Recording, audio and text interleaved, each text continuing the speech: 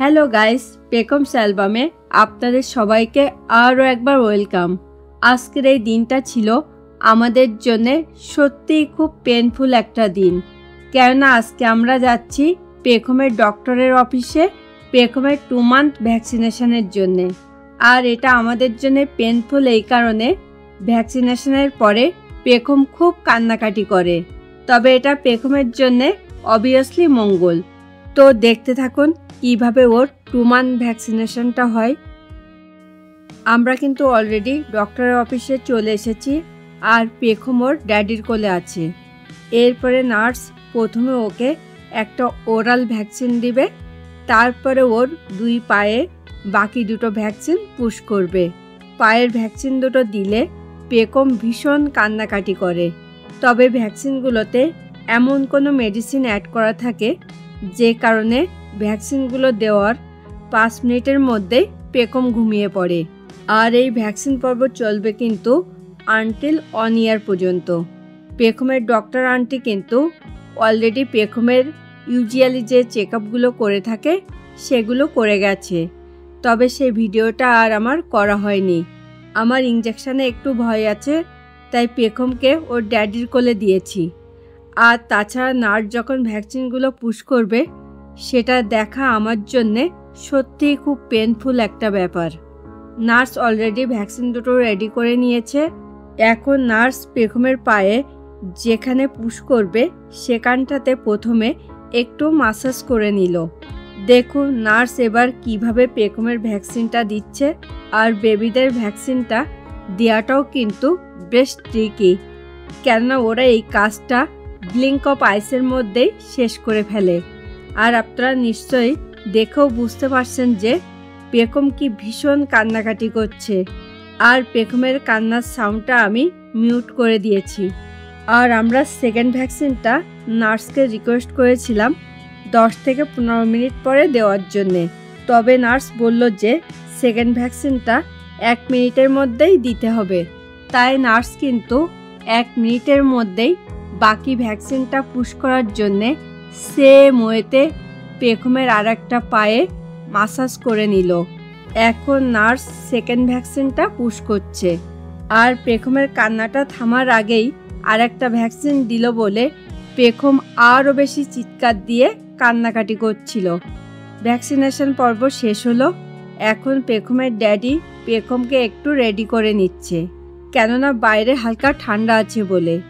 এর আগে আমরা যতবারই পেখমের ডক্টরের অফিসে এসেছি ভ্যাকসিনেশন বাদে, ওরা কিন্তু প্রত্যেকবারই পেখমের গ্রোথ ঠিকঠাক মতো হচ্ছে কিনা, পেখমের ওয়েটটা দিন বা মাস অনুযায়ী ঠিকঠাক মতো বাড়ছে কিনা নিয়মিত চেক করে থাকে।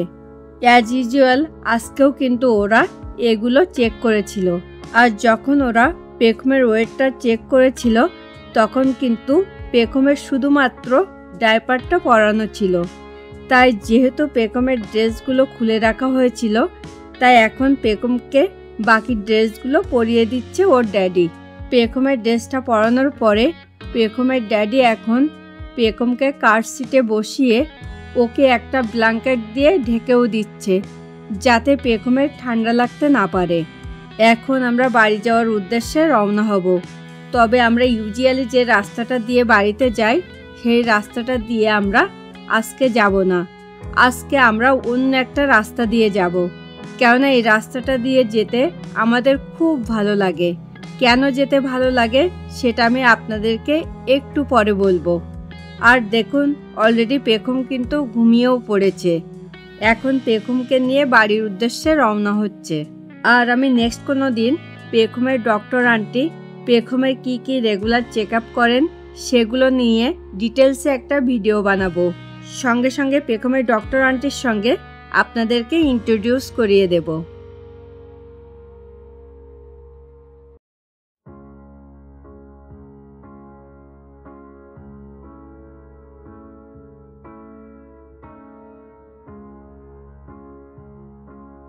পেখমের ড্যাডি কিন্তু অলরেডি গাড়ি স্টার্ট দিয়ে চলা শুরু করেছে। তো বাকি কথা আমি গাড়িতে উঠেই বলছি।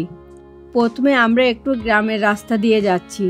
দেখুন কি সুন্দর গ্রিন আর এই রকম গ্রিনের মাঝখান দিয়ে যেতে আমাদের ভীষণ ভালো লাগে।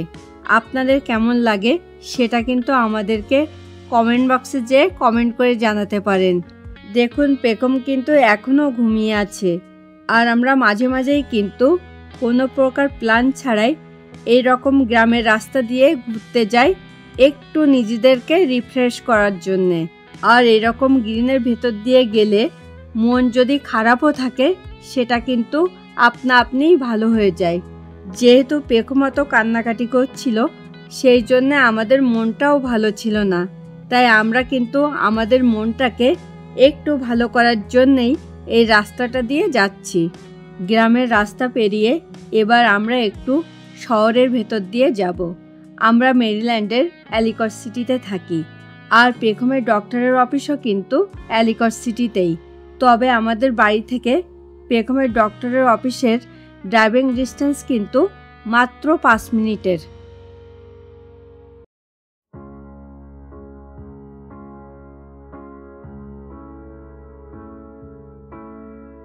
এখন আমরা অ্যালিকট সিটির ভেতরেই একটা শপিং মলের পাশ দিয়ে যাব। এখন আমি আপনাদেরকে শপিং মলটা একটু দেখিয়ে দেওয়ার চেষ্টা করছি। দেখুন পার্কিং লটে সব গাড়িগুলো পার্ক করা আছে, আর এই মলের ভেতরে কিন্তু অনেকগুলো শপ আছে। আমি আপনাদেরকে কয়েকটা শপের নাম বলার চেষ্টা করছি।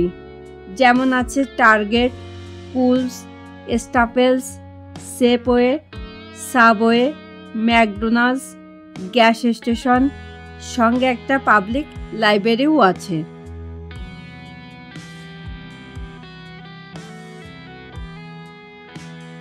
তো কথা বলতে বলতে আমরা কিন্তু আমাদের কমিউনিটিতে চলে এসেছি।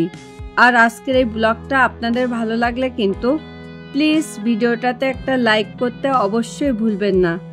আর সম্ভব হলে প্লিজ ভিডিওটা কিন্তু আপনাদের ফ্রেন্ডস অ্যান্ড ফ্যামিলির মাঝেও একটু শেয়ার করে দেবেন, এবং আমাদের চ্যানেলটাকে সাবস্ক্রাইব করে প্লিজ পেখমস অ্যালবামের সঙ্গে থাকবেন।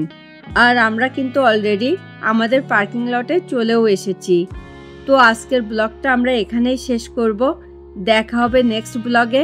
সেই পর্যন্ত সকলে খুব ভালো থাকুন, সুস্থ থাকুন। Thanks for watching this video. Bye bye.